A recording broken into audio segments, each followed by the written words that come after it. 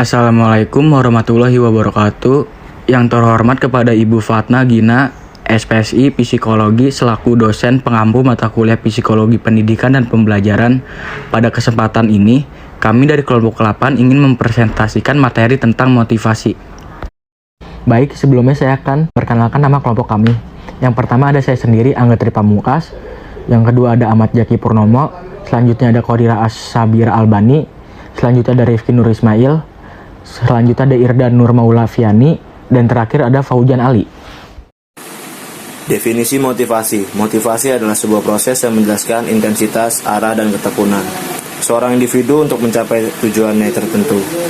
3 elemen utama dalam definisi ini diantaranya adalah intensitas, arah, dan ketekunan. Dalam hubungan antara motivasi dan intensitas terkait dengan seberapa giat seseorang berusaha, tetapi intensitas tinggi tidak menghasilkan prestasi kerja yang memuaskan, kecuali upaya tersebut dikaitkan dengan arah yang menguntungkan organisasi. Sebaliknya, elemen yang terakhir, ketekunan, merupakan ukuran mengenai berapa lama seorang dapat mempertahankan usahanya.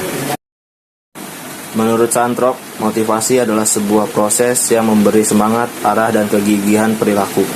Artinya, perilaku yang memiliki motivasi adalah perilaku yang penuh energi, terarah, dan bertahan lama. Teori-teori motivasi. Teori hierarki kebutuhan. Yang pertama, ada kebutuhan fisiologis. Kebutuhan manusia yang paling dasar adalah kebutuhan untuk mendapatkan makanan, minuman, tempat tinggal, pakaian, dan sebagainya. Yang kedua, kebutuhan akan rasa aman. Kebutuhan dari rasa aman dan kekerasan fisik ataupun psikis, misalnya saja seperti lingkungan yang bebas polusi, rasa aman dari kekerasan dan ancaman, dan lainnya. Yang ketiga, kebutuhan sosial. Kebutuhan untuk dicintai dan mencintai. Pada dasarnya, manusia adalah makhluk sosial yang membutuhkan orang lain di dalam kehidupannya. Yang keempat, kebutuhan akan penghargaan. Manusia membutuhkan rasa hormat, status, pengakuan atas apa yang dimiliki, dan juga kebebasan. Setiap orang ingin diakui dan dihargai oleh orang lain. Yang kelima, ada kebutuhan aktualitas diri. Kebutuhan ini adalah kebutuhan tertinggi. Biasanya kebutuhan akan aktualisasi diri merupakan kebutuhan seseorang yang ingin memenuhi ambisi pribadi. Kebutuhan fisiologis dan rasa aman dideskripsikan sebagai kebutuhan tingkat bawah, sedangkan kebutuhan sosial dan penghargaan dan aktualisasi diri sebagai kebutuhan tingkat atas. Perbedaan antara kedua tingkat tersebut adalah dasar pemikiran bahwa kebutuhan tingkat atas dipenuhi secara internal, sementara kebutuhan tingkat rendah secara dominan dipenuhi secara eksternal. Selanjutnya ada teori-teori motivasi. B. Teori motivasi kontemporer. Teori kebutuhan McClelland dikembangkan oleh David McClelland dan teman-temannya. Teori kebutuhan McClelland berfokus pada tingkat kebutuhan yang didefinisikan sebagai berikut. Yang pertama ada kebutuhan berprestasi, dorongan untuk melebihi mencapai standar-standar berusaha keras untuk berhasil. Yang kedua, kebutuhan berkuasa, kebutuhan untuk membuat individu lain berperilaku sedemikian rupa sehingga mereka tidak akan berperilaku sebaliknya. Yang ketiga yaitu ada kebutuhan berafiliasi, keinginan untuk menjalin suatu hubungan antar personal yang ramah dan akrab. Kedua ada teori evaluasi kognitif. Teori evaluasi kognitif adalah teori yang menyatakan bahwa pemberian penghargaan ekstrinsik untuk perilaku yang sebelumnya memuaskan secara intrinsik cenderung mengurangi tingkat motivasi secara keseluruhan. Teori evaluasi kognitif telah diteliti secara ekstensif dan ada banyak studi yang mendukung. Lalu yang ketiga ada teori penentuan tujuan. Teori penentuan tujuan adalah teori yang mengemukakan bahwa niat untuk mencapai tujuan merupakan sumber motivasi kerja yang utama. Artinya, tujuan memberitahu seorang karyawan apa yang harus dilakukan dan berapa banyak usaha yang harus dikeluarkan. Selanjutnya yang keempat ada teori penguatan. Teori penguatan adalah teori di mana perilaku merupakan sebuah fungsi dari konsekuensinya. Jadi, teori tersebut mengabaikan keadaan batin individu dan hanya terpusat pada apa yang terjadi pada seseorang ketika ia melakukan tindakan. Selanjutnya yang kelima ada teori keadilan. Teori keadilan adalah teori bahwa individu membandingkan masukan-masukan dan hasil pekerjaan mereka dengan masukan-masukan dan hasil pekerjaan orang lain dan kemudian merespons untuk menghilangkan ketidakadilan. Selanjutnya yang terakhir ada teori harapan. Teori harapan adalah kekuatan dari suatu kecenderungan untuk bertindak dalam cara tertentu, bergantung pada kekuatan dari suatu harapan bahwa tindakan tersebut akan diikuti dengan hasil yang ada dan pada daya tarik dari hasil itu terhadap individu tersebut. Selanjutnya, motivasi pencapaian. David McClelland biasanya dikaitkan dengan idenya yang menggambarkan 3 tipe kebutuhan motivasi. Hal tersebut dituangkan dalam bukunya yang berjudul The Achieving Society. 3 tipe kebutuhan motivasi tersebut yaitu: yang pertama ada achievement motivation. Orang yang tergolong tipe ini adalah pribadi yang termotivasi oleh pencapaian, dan karena itu selalu mencari pencapaian dan mengejar target, serta maju dalam pekerjaan.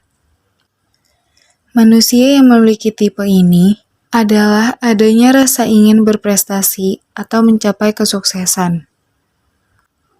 Yang kedua, authority or power motivation. Orang yang termotivasi akan otoritas. Ini menumbuhkan kebutuhan untuk berpengaruh, menjadi efektif dan berdampak, seperti perasaan ingin memiliki kekuasaan. Yang ketiga, affiliation motivation. Orang yang termotivasi untuk berafiliasi atau memiliki kebutuhan untuk berteman dan termotivasi dalam berinteraksi dengan orang lain. Karakteristik orang-orang yang memiliki sikap motivasi untuk pencapaian. Yang pertama, pencapaian lebih penting daripada hadiah materi atau finansial. Mencapai tujuan memberikan kepuasan batin lebih besar daripada menerima pujian atau pengakuan. Hadiah finansial dipandang sebagai ukuran sukses, bukan tujuan itu sendiri. Status dan keamanan atau finansial bukan motivator utama. Feedback sangat penting agar bisa mengukur kesuksesan, bukan untuk alasan pengakuan atau pujian. Orang-orang selalu mencari cara-cara yang lebih baik.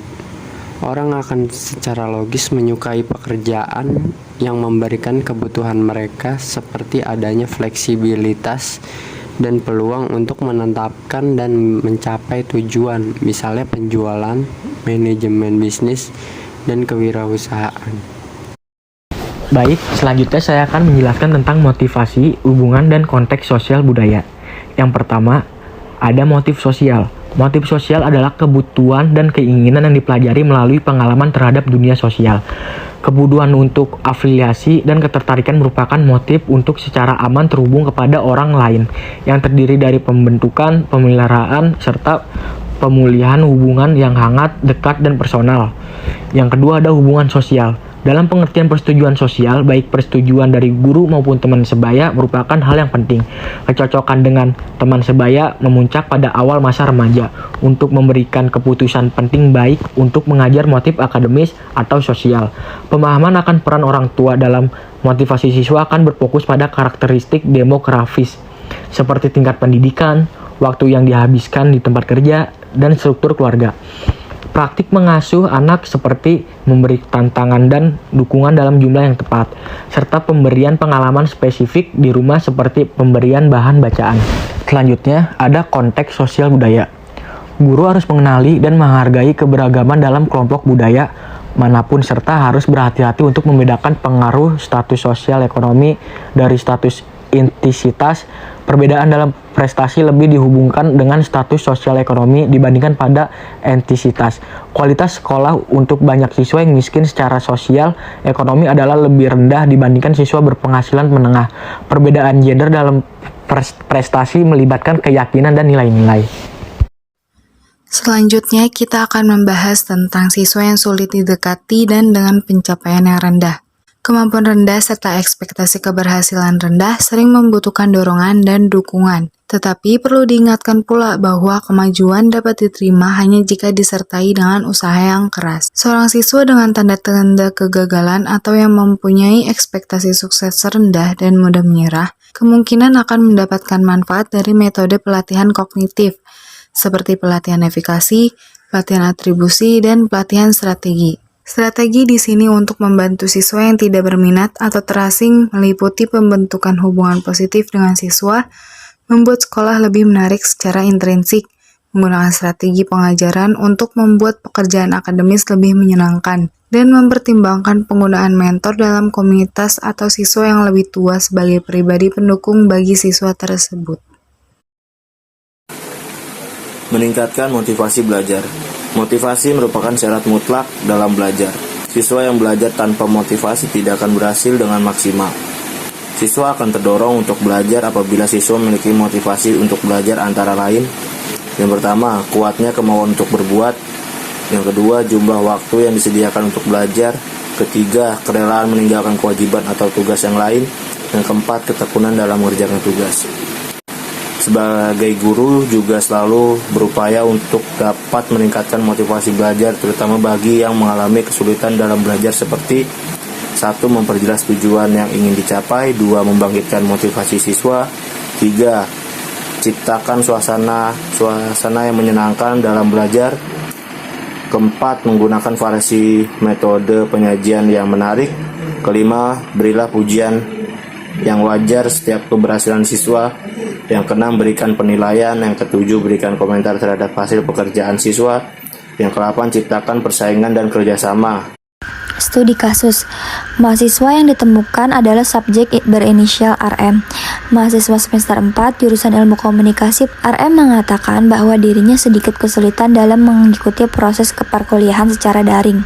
Bagaimana kehidupan mahasiswa yang tidak lepas dari tugas, praktik, dan lainnya. Saat ini, RM sedang menyelesaikan beberapa tugas yang diberikan oleh dosen. RM terkadang mengalami kekurangan atau bahkan kehilangan motivasi selama proses pembelajaran daring. Di masa pandemi ini, RM menyatakan bahwa dirinya seringkali mengalami kurang tidur dan juga melewatkan pada waktu makannya. Tentu hal tersebut perlu adanya dorongan motivasi agar RM dapat menjalani kehidupan perkuliahan dengan semangat dan motivasi secara konsisten. Menurut teori intrinsik yang dikemukakan oleh Harlow, menyimpulkan bahwa dorongan motivasi dari dalam sangatlah berperan penting dalam proses pembelajaran. Di sisi lain, teori motivasi belajar yang didasari oleh percobaan Thorndike dengan hubungan stimulus dan proses mengutarakan bahwa stimulus dari luar juga berperan penting dalam proses pembelajaran. Dari teori-teori di atas dapat disimpulkan bahwa motivasi berasal dari dua sumber, yaitu intrinsik dan ekstrinsik. Setelah mengetahui sumber motivasi, muncullah pertanyaan baru, yaitu bagaimanakah cara kita memotivasi diri baik di luar maupun di dalam? Ada beberapa tips yang dapat dilakukan. Yang pertama, merubah pola pikir kita dalam hal memandang dunia. Yang kedua, merubah perkataan yang biasa kita ucapkan. Yang ketiga, mengingatkan diri sendiri setiap hari. Yang keempat, perkembangan diri kita. Yang kelima, bacalah kisah-kisah yang dapat menginspirasi kita. Yang keenam, berkumpullah dengan orang-orang yang dapat membangun motivasi. Yang terakhir, komitmen dengan apa yang kita lakukan. Kesimpulannya, seseorang dikatakan memiliki motivasi tinggi dapat diartikan orang tersebut memiliki alasan yang sangat kuat untuk mencapai apa yang diinginkannya dengan mengerjakan pekerjaannya yang sekarang. Statement ini bisa diartikan orang tua tersebut menginginkan anaknya memiliki semangat belajar yang tinggi. Maka perlu dipahami bahwa ada perbedaan penggunaan istilah motivasi di masyarakat. Sekian dari kelompok 8, terima kasih. Maaf bila ada kesalahan. Assalamualaikum warahmatullahi wabarakatuh.